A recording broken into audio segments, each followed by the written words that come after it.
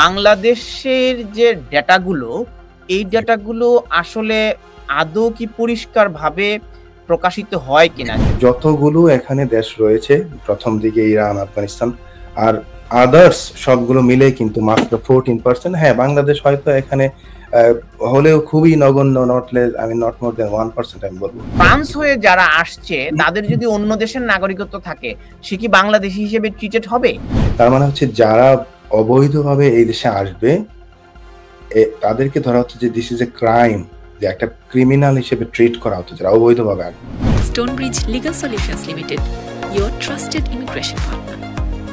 বাংলাদেশের যে ডেটাগুলো, এই ডেটাগুলো আসলে আদৌ কি পরিষ্কারভাবে প্রকাশিত হয় কিনা? যেমন ধরুন আহ, আহ, ইউরোপের বিভিন্ন দেশ থেকে ফ্রান্স দিয়েই তো আসে, ডোভার সীমান্ত দিয়েই তো আসে। তো ফ্রান্স হয়ে যারা আসছে তাদের যদি অন্য দেশের নাগরিকত্ব থাকে, সে কি বাংলাদেশী হিসেবে ট্রিটেড হবে? তার তো পাসপোর্টই নাই।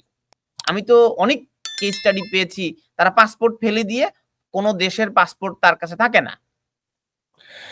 না, সেটা ঠিক আছে। তো আলটিমেটলি সে যখন ক্লেম করবে তাকে তো বলতে হবে যে আমি কোন দেশে, আমি কোন ন্যাশনালিটি হোল্ড করি। সো অবভিয়াসলি একটা বাংলা ভাষাভাষী মানুষ খুব বেশি দূরে তো যেতে পারবে না। আইদার সে বলবে যে আমি বাংলাদেশী, অথবা অনেকে ক্লেম করে যে আমি মিয়ানমারের সিটিজেন, অথবা হয়তো সে ম্যাক্সিমাম ক্লেম করতে পারবে বাংলা ভাষাভাষী যেসব দেশ এর আশেপাশের দেশগুলো কি। এছাড়া তো আর এর মানে বাইরে লুকানোর কোনো সুযোগ নাই। এশিয়ানদের সংখ্যা কম, এবং সমস্ত দেশ মিলে আপনি দেখেন সমস্ত যতগুলো এখানে দেশ রয়েছে, প্রথম দিকে ইরান, আফগানিস্তান আর আদার্স সবগুলো মিলে কিন্তু মাত্র 14%। হ্যাঁ, বাংলাদেশ হয়তো এখানে হলেও খুবই নগণ্য, নট মোর দেন 1% আমি বলবো, যে এখানে খুবই কম সংখ্যক মানুষই কিন্তু বোটে করে আসে এখানে।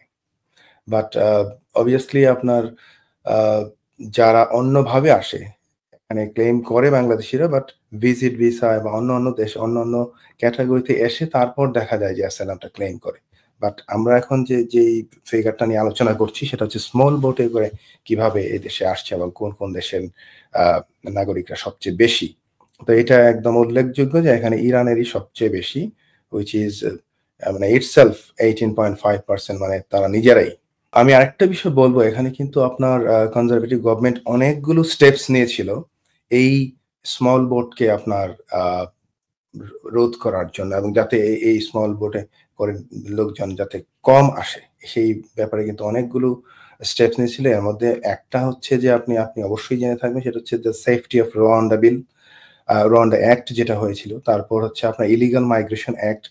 তার মানে হচ্ছে যারা অবৈধভাবে এই দেশে আসবে তাদেরকে ধরা হতো যে দিস ইজ এ ক্রাইম, যে একটা ক্রিমিনাল হিসেবে ট্রিট করা হতো যারা অবৈধভাবে আসবে, এবং ওদেরকে কিন্তু অ্যাসাইলাম ক্লেম করতে দিত না। এবং at the same time safety of Rwanda বিলে কিন্তু তারা বলছিল যে যারা আসবে তাদেরকে তারা রোয়ান্ডা পাঠায় দিবে, যদিও ওইভাবে তারা কোনো কিছুই স্টার্ট করতে পারে নাই, বাট তারা কিন্তু অ্যাক্টে পরিণত করেছিল, এবং তাদের প্ল্যান ছিল যদি নির্বাচনে এবার জয়ী হতো, লাস্ট যে গত সাধারণ নির্বাচন, তাহলে তাদের একটা প্ল্যান ছিল যে তারা এটাকে করবে।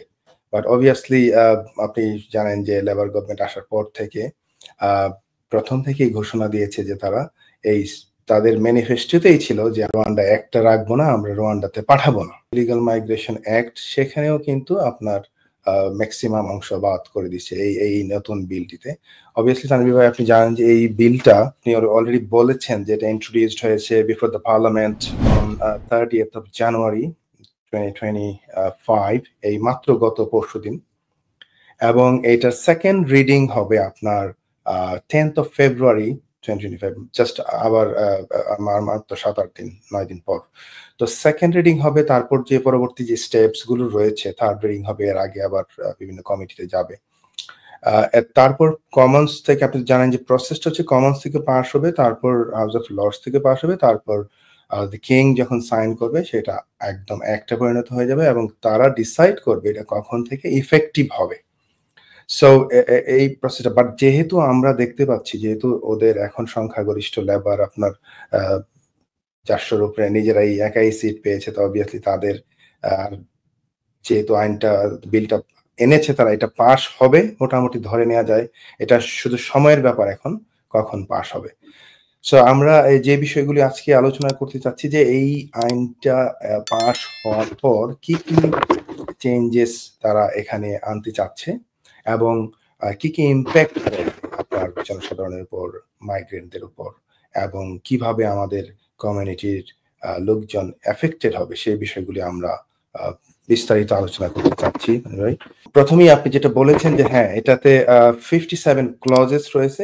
ক্লজগুলি সাধারণত যখন এটা অ্যাক্টে পরিণত হয় তখন এটা সেকশন হয়ে যায় আর কি।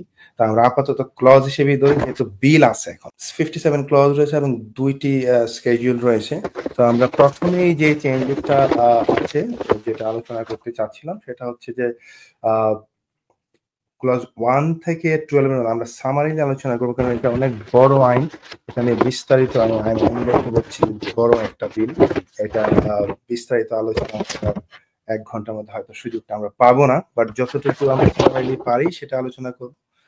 তো এখানে প্রথম ইনিশিয়াল যে ক্লজেস গুলো রয়েছে 1 থেকে 12 এর মধ্যে, তাদের একটা টার্গেট হচ্ছে যে তারা একজন বর্ডার সিকিউরিটি কমান্ডার নিয়োগ করবে ইন দ্য সিভিল সার্ভিসেস, এবং এই কমান্ডারের মেইন যে জবটা হবে, ফাংশনটা হবে, মেইন ফাংশনটা হচ্ছে এখানে মূলত উনি রেসপন্সিবল হবেন for managing the UK border security, এবং ওভারসি করবেন আপনার ইমিগ্রেশন এবং border enforcement. But in reality হচ্ছে এই ধরনের হয়তো নামটা হয়তো এখানে চেঞ্জেস হয়েছে, এখানে কিন্তু সিমিলার রোলের পোস্ট কিন্তু বর্তমানেও রয়েছে। So it's not a significant changes, but শুধু নামটা পরিবর্তন করতে যাচ্ছি, সেটা হচ্ছে যে বর্ডার সিকিউরিটি কমান্ডার। এই পোস্টটা তারা অ্যাড করতে চাচ্ছে, যিনি ওভারসি করবেন বর্ডার কন্ট্রোল কিভাবে হবে। অবভিয়াসলি তারা ইন্ডিপেন্ডেন্টলি কাজ করবেন, বাই দ্য সেম টাইম যে হোম সেক্রেটারি রয়েছে তার সুপারিশে কাজ করবেন। ক্লজ 1 to 12 এর মধ্যে আমরা মূলত যেটা দেখতে পাচ্ছি যে ওনারা একটা বর্ডার সিকিউরিটি কমান্ডার নিয়োগ করবেন সিভিল সার্ভিসে, যিনি পুরো মানে বর্ডারটা কিভাবে ফাংশন করবে, বিভিন্ন প্রায়োরিটি সেট করবেন, তারপর বর্ডার সিকিউরিটি বাড়াবেন, তারপর উনি মেইন থাকবে হচ্ছে যেখানে কিভাবে আপনার এবং at the same time specific oversee করবেন হচ্ছে ইমিগ্রেশন এবং বর্ডার এনফোর্সমেন্ট।